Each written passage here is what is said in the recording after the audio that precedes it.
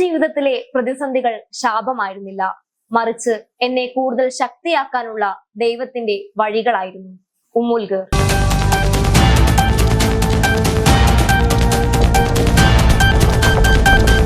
സ്വപ്നം കാണുന്നവർക്ക് ഊർജമായ ഉമ്മുൽ ഖൈർ. അസ്ഥികൾ വളരെ പെട്ടെന്ന് ഒടിഞ്ഞു പോകുന്ന അപൂർവ രോഗവുമായിട്ടാണ് ഉമ്മുൽ ഖൈർ ജനിച്ചത്.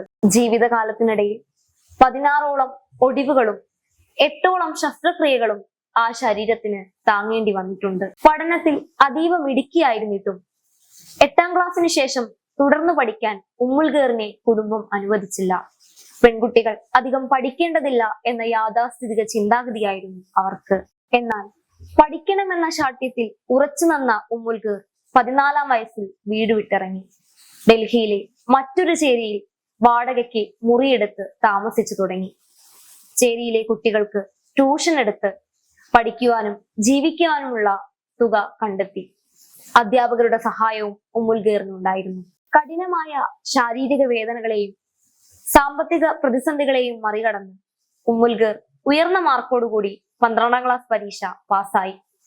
തുടർന്ന് ഡൽഹി സർവകലാശാലയിലെ ലേഡി ശ്രീറാം കോളേജിൽ നിന്ന് ബിരുദവും JNUവിൽ നിന്ന് ബിരുദാനന്തര ബിരുദവും നേടി. PhD ചെയ്യുവാനുള്ള അവസരവും അവിടെ തന്നെ ലഭിച്ചു. JNUവിലെ പഠനകാലത്താണ് ഉമ്മുൽ ഖൈർ സിവിൽ സർവീസ് ആഗ്രഹം ഗൗരവമായി എടുക്കുന്നത്.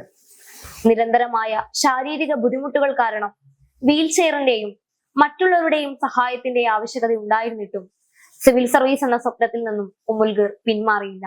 ഒടുവിൽ 2016 സിവിൽ സർവീസ് പരീക്ഷയിൽ തന്റെ ആദ്യ ശ്രമത്തിൽ 420ാം റാങ്ക് വാങ്ങി ആ സ്വപ്നം സാക്ഷാത്കരിച്ചു. സാമ്പത്തിക നികുതി ഘടനയുമായി ബന്ധപ്പെട്ട റവന്യൂ സർവീസിൽ അവസരവും ലഭിച്ചു. കുട്ടിക്കാലത്ത് ചേരികളിൽ ട്യൂഷൻ എടുത്ത് ജീവിച്ച ഉമ്മുൽ ഖൈർ തന്റെ ഔദ്യോഗിക തിരക്കുകൾക്കിടയിലും പാവപ്പെട്ട കുട്ടികളുടെ വിദ്യാഭ്യാസ കാര്യങ്ങളിൽ ശ്രദ്ധ കേന്ദ്രീകരിക്കുന്നുണ്ട്. സാമ്പത്തികമായി പിന്നാക്കം നിൽക്കുന്ന പെൺകുട്ടികളുടെ വിദ്യാഭ്യാസ ചെലവുകൾ വഹിക്കുന്നുമുണ്ട്. രാജ്യത്തുടനീളമുള്ള സിവിൽ സർവീസ് അക്കാദമികളിലും വിദ്യാഭ്യാസ സ്ഥാപനങ്ങളിലും മുഖ്യ അതിഥിയാണവർ. ജീവിതത്തിൽ തോറ്റുപോകുമെന്ന് കരുതുന്ന ലക്ഷക്കണക്കിന് യുവാക്കൾക്ക് പ്രചോദനം നൽകുന്നവയാണ് അവരുടെ പ്രസംഗങ്ങൾ. ഓസ്റ്റിയോജെനസിസ് ഇംപെർഫെക്റ്റ എന്ന രോഗം ശാരീരികമായ വെല്ലുവിളികൾ ഉയർത്തുന്നുണ്ടെങ്കിലും കൃത്യമായ ചികിത്സയിലൂടെയും മാനസികമായ കരുത്തിലൂടെയും തന്റെ ഔദ്യോഗിക ജീവിതത്തെ അവർ മുന്നോട്ട് നയിക്കുന്നുണ്ട്. നിലവിൽ ഇന്ത്യൻ റവന്യൂ സർവീസിൽ ഡെപ്യൂട്ടി കമ്മീഷണറായി അവർ സേവനമനുഷ്ഠിക്കുന്നു. എന്റെ ജീവിതത്തിലെ പ്രതിസന്ധികൾ ശാപമായിരുന്നില്ല, മറിച്ച് എന്നെ കൂടുതൽ ശക്തിയാക്കാനുള്ള ദൈവത്തിന്റെ വഴികളായിരുന്നു എന്നവർ പലപ്പോഴും പറയാറുണ്ട്. തന്റെ 14ാം വയസ്സിൽ ഒറ്റപ്പെട്ടു പോയിടത്തു നിന്നും ഇന്ന് ഇന്ത്യൻ ഭരണകൂടത്തിന്റെ ഭാഗമായി മാറിയ ഉമ്മുൽ ഖൈർ ജീവിതത്തിന്റെ പ്രതിസന്ധികളിൽ തകർന്നു പോകുന്ന ഒരുപാട് മനുഷ്യർക്ക് പ്രതീക്ഷയാണ്, പ്രകാശമാണ്. This is Ashwini.